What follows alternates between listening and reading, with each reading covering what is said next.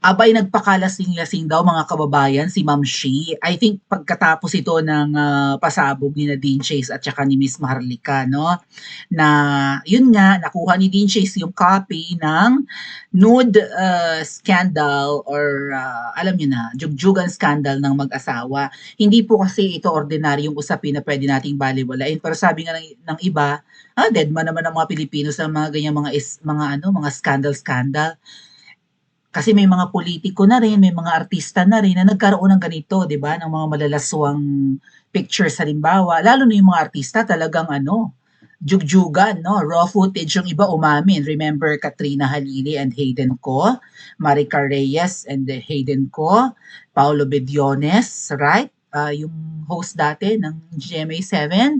Who else? Yan, sina Jose Manalo, I think, no? Wally Bayola. Sino pa ba? Pati yung bata, bata yun siya eh, no? Sino ba yun, yung makapalang kilay? Nag-finger licking good siya eh. Forgot her name already. And marami pang, di ba, marami pang mga nagkaroon na ng scandal. Deadma sila, parokya ni Edgar, at saka yung pangasawa niya, si Neri. Sino ba to? Si parokya ni Edgar? Chito, right? Chito, Miranda. Marami ng mga scandal, pero kumbaga ay wala lang. Oh, yung kay Dilima, sayang hindi lumabas, no? Walang pinakita, no? Meron daw yan si Dilima.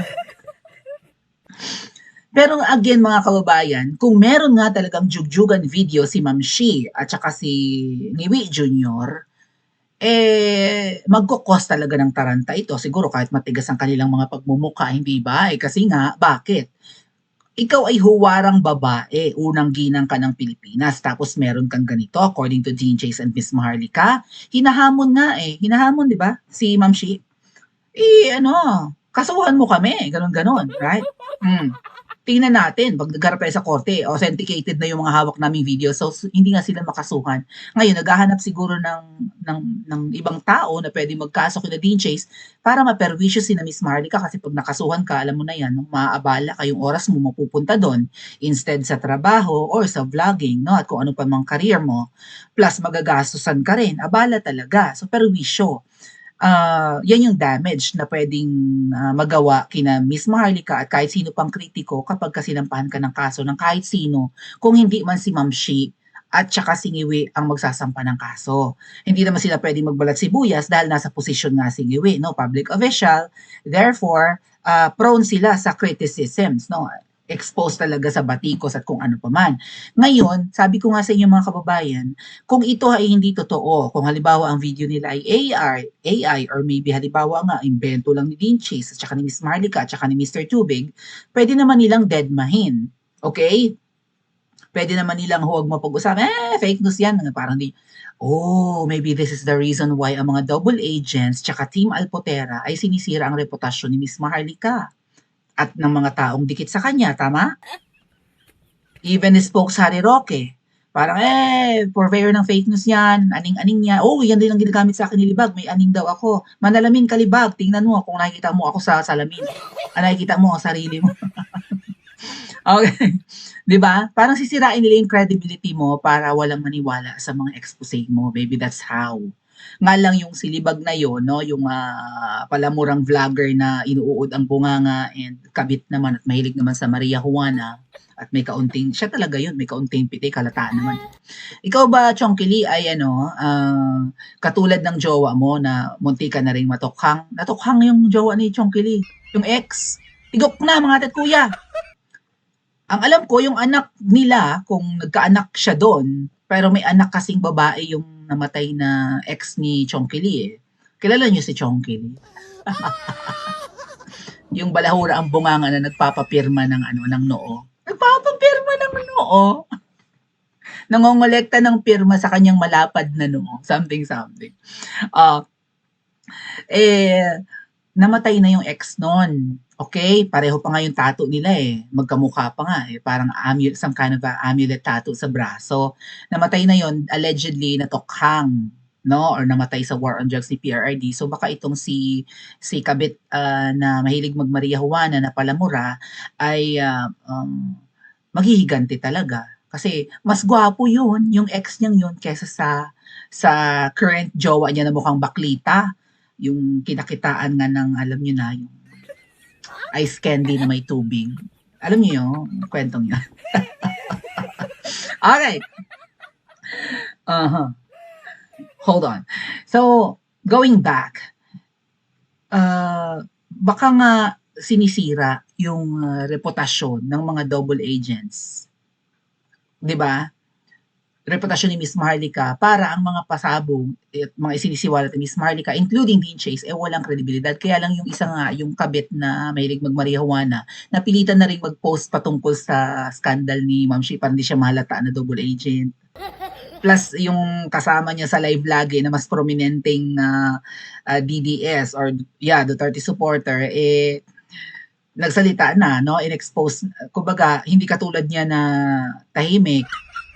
Anyway, hindi naman si Miss Maharlika ang main na nagsiwalat ng hubad na picture ni Ma'am Shi, kundi si Dean Chase. At binanggit nga nung kasama niya sa live na masikat sa kanya na ginagamit niya, di napilitan na rin siya mag-post patungkol doon. Oy, Ma'am Shi, may nagkakalat ng bold mo kasi may taong malapit sa'yo na galit sa'yo. Sino? Si Mangga? Ganon? So, gusto yatang palabasin itong double agent na to na Iminatic na may hawak din si Mangga na video, no? Tas kinakalat na raw. Ay, bakit? Hindi naman Iminatic si Dean Chase, So much for that. Pero ito po yung sabi ni Dean Chase, no? At saka ni Miss Maharlika patungkol dito sa paglalasing ni Ma'am Shi. Naglasing na naman daw si Satanas. Ay, sino ba yung Satanas? Baka ibang tao yan. Baka nagkamali lang ako. Sino ba yan? At galit na galit sa amin ni Dean Chase dahil sa pag-expose ng hubad at layot niyang Susan. Hello, Ate Susan, inaaway ko. Susong hanggang tiyan daw yung Susan. Iba naman palang spelling. Nakita daw ang Susan ni Ma'am Shi kasi law-lawli nga. May edad naman na 60 mahigit na si Ma'am Shi, no? Kung si Giwi ay 70 plus, di si Ma'am Shi ay mga late 60s, ganon. Ang problema mo, sa ganyang edad nga mga tat kuya, kung ikaw pa ay Makati ka pa sa Gabing Bicol or whatever, makatul ka pa sa Badyang, no? Law-lawli ka na nga, bakit ang siba mo pa? Bakit pa kayo nagbabayad ng 2.3 million makatikim lang ng sawiwang banana? At buti sana kung si Ma'am Shi ang tumitikim ng sawiwang banana, ay biro mo, ang sabi ni Mr. Tubig, singiwi raw ang nakaapat na rounds. Tapos nag-iinarte pa na, I don't think I can take it. It's too big. Ano pa, bebe?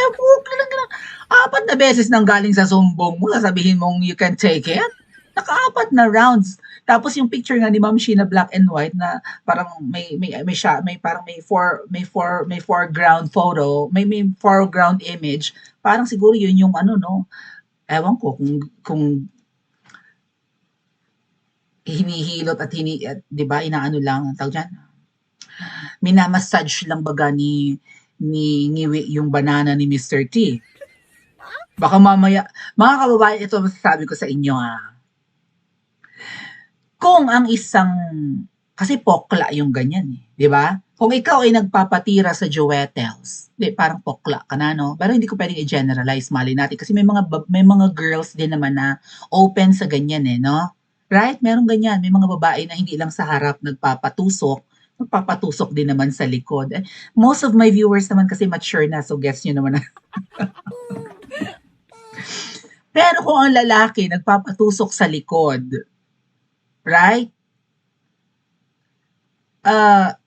Parang pokla yon. Pero hindi ko nilalahat. Baka may lalaki na trip naman ng ganon. Baka open sa ganon, no?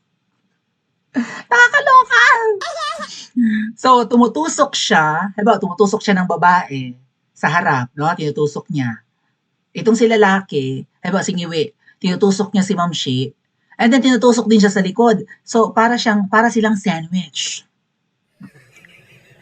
'Di ba? Kumbaga, si Ma'am Shi yung nakahiga. Si Ngiwi nasa gitna. Nakapatong si Mr. Tubig. Ay di para talagang sandwich. Parang palaman si Ngiwi, no? Ay, kailangan. So, tinutusok niya si Ma'am Shi. Tapos tinutusok din siya. Ay talagang iba. I mean siguro ginagawa ito ng mga ano 'no, mga gays, right? Yung mga silahis. Puwede 'no, mga silahis? Gawain nila 'yan. Yung pokla na katulad ni Chupanga, halimbawa si Chupanga 'no, si Chupanga pa-macho siya, eh, 'di ba, pa-macho 'no? Ngayon ang gusto niya meron siyang, papatungan, tama? Kaya lang pokla si Chupanga, so puwedeng nakapatong siya sa kasi macho siya, eh, 'no, kunwari siyang brusko, eh, pokla naman siya. So may pinapatungan siyang, sa pokla rin na nakadapa, eh, dahil pokla din si Chupanga baka may pumapatong din sa kanya. So parang gawain nga 'yan ng mga silahis. Ngayon, ang tanong ko mga kababayan, kung singiwi ay nagpapatusok sa likod, eh di parang silahis din siya. Eh, ang silahis kasi pokla yun eh. Right? Pero alam niyo ba mga kababayan, may nagkakagusto sa akin na naiibigan din naman na ako ng ibang mga silahis kasi dahil nga sila brusko rin, right? Hindi sila 100% na poklang-pokla. Meron pa, kumbaga may percentage pa ng pagiging lalaki. And if they find me like being a feminine nga, mga kababayan, ay may mga, danas ko kasi, may mga kaibigan akong silahis na formal naman, na napapaibig din sa akin. Ganon. Kasi napapaibig sila sa babae eh. So yung mga kaibigan ko silahis na formal and hindi talaga mapilantik. Gets nyo? Di ba may ganyan? Minsan nga hindi nyo alam na silahis eh. Kala nyo totoong lalaki. Lalo't may girlfriend. Pero pumapatol din sa sa kapwa lalaki. Di ba?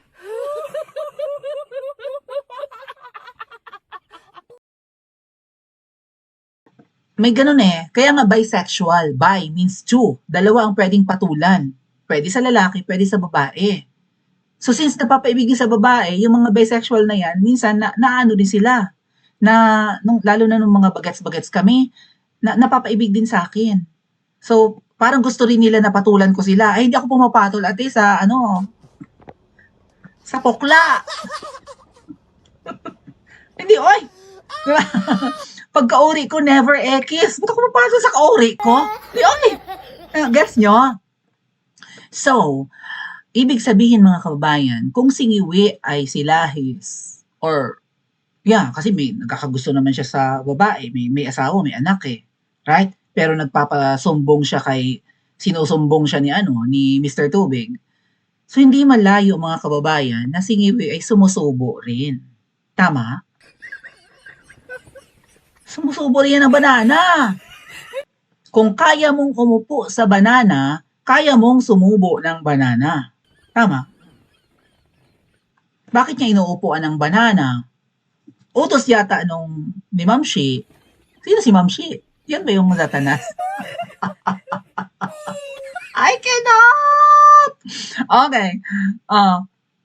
Sabi ni Dean Chase, nagwala na naman ang demonyo. Oh my God, tinagpating. Hoy! Liza Marcos, kailan mo ba kami kakasuhan? Sa korte tayo maglapagan. Tang inamin mo. May ura pa nga ating. I cannot! Tinag talaga ating. Ang tapang ni Dean Chase. Oh, tinag niya si Ma'am Shikols. Oh, nakatag si Ma'am Shikols. Mga kababayan, recently ay nakuha yung laptop ni Dean Chase. Tama? And what else? Nakuha din yung IDs, even yung burner phone ni Mr. Tubig. Tapos 'di ba sa vlog natin sa main channel na parang gusto nang mag-quit ni Mr. Tubig. He didn't sign up for sabi 'di ba sabi narinig natin napanood niyo ba? Panoorin niyo sa main channel. Sabi nung Mr. Tubig, yung sumumbong kay Ngiwi, yung tumusok-tusok kay Ngiwi, sabi niya, I didn't sign up for this. Hindi ito ang gusto ko mangyari na nakatago yung gamit natin sa locker, natiktikan tayo, nakuha ang ID ko, nakuha ang burner phone ko. So sa palagay ko mga kababayan, pansamantala nilang itinabi. Tama? Sa locker. Pero napasok yung kanilang gym eh. Yung gym na yun, nandun yung mga gamit nila. Kunwari, nag-gym sila. Iniwanan nila doon for safekeeping, whatever. Oh, ay nakuha. Ibig sabihin, tinitiktikan, natakot si Mr. Tubig. Biro mo ID na nakuha. Alam na yung kanyang pagkakakilanlan. Baka mamaya, imbentohan ng kaso yan si Mr. Tubig sa US. Right? Nakuha na yung ano niya, identification document. Alam na rin yung kanyang address. Baka perwisyuhin yung kanyang pamilya sa US. Nanay niya, tatay niya, closest relatives, mga siblings kung meron man. Right? So tinitiktikan talaga. Ayaw ni Ma'am Shi at ng pamilyang yan or ng mag-asawang yan na malantad ang kanilang kalokohan. Kasi karimari-mari mga ate. Right? Hindi naman tayo nagmamalinis. Kanya-kanya tayo ng trip. Pero yung trip nila parang pang ano, pang alam nyo na, pang hindi normal. Besides, well, hindi ako makaka-relate kasi mga kababayan eh. Dahil, syempre, nene pa ako, 15 years old lang ako ngayon. Hindi ko alam kung yung ganyang edad, 70s na yung lalaki and 60s na yung babae, ay parang gabi pa rin sa kate. Tama ba? Hindi ko masasabi, no? Maybe hanggang 50s, no? Hanggang edad 50 ba ay talagang maelya pa? Wala bang pinipiling edad, edad ang ano, pagiging majibog, ganon? Kahit nalantutay ka na, kahit kulubotos, well, anyway, meron silang panggastos, no? Sabi nga ni Dean Chase, kaya nga, kasama nga raw ang Viagra sa laro nila kasi nahihirapan si Ma'am Shikols na patigasin ang nota ni Wi. So, ipinipilit na lang talaga. Maybe, mga kababayan, yun nga, may mga chika na si Ngiwi ay bata pa, no? Sila pa yung like teenagers pa yan. Maybe 12, 13 years old. Di ba nag-iimbita raw ng halimbawa ay basketball player. Sino may sabi nun? Si Ate Marley kayata. Nag-i-invite daw, right? Kunwari, iti-train si Ngiwi ng pagbabasketball. Pero ang nangyayari ay, tini-train yung buli ni Ngiwi para ma-shoot ang ball.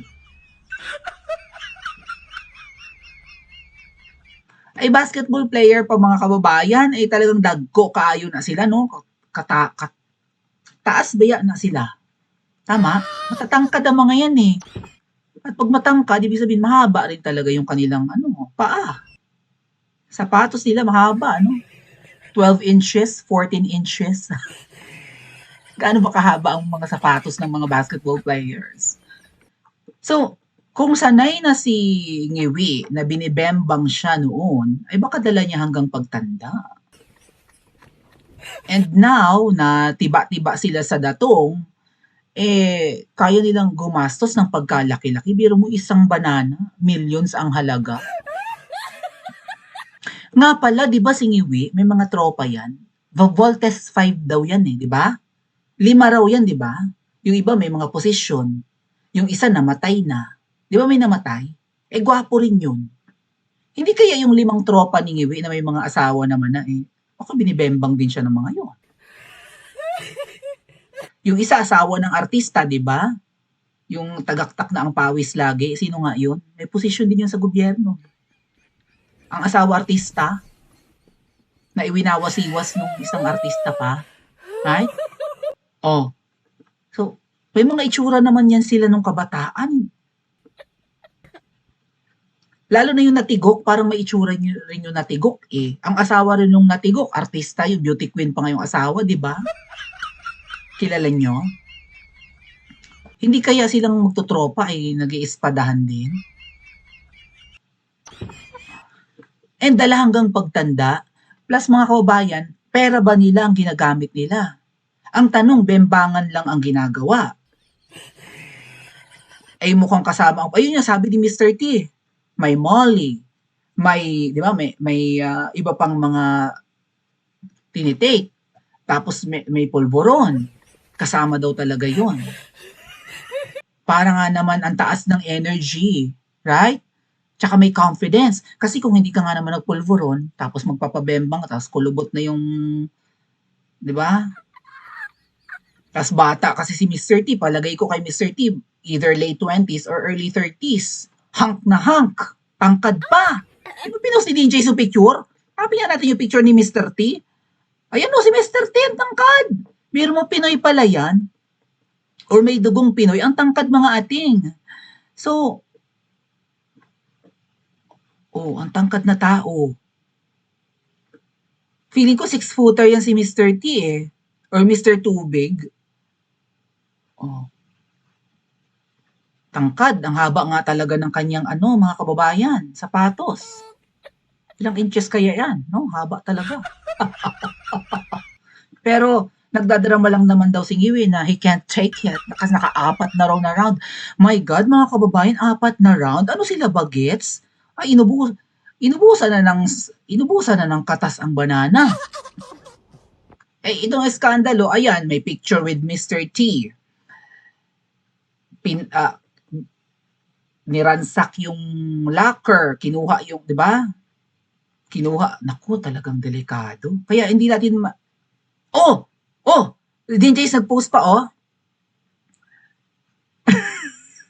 Pag-usapan natin mamaya. Sige, shinare ni DJs yung post din ni Sas. Kaya yung isa, yung double agent na kaibigan ni Sas, napilitan na rin magsalita. Ayaw patalo nun bida-bida eh. So, Ma'am Shi, naglasing ka baga dahil dito sa mga expose ni Dean Chase at ni Miss Marlica. Naglasing ka, galit na galit. Nagwawala kaya si Ma'am Shi na parang watusi? Ano ba yun? Nagtuyok-tuyok baga siya doon sa palasyo.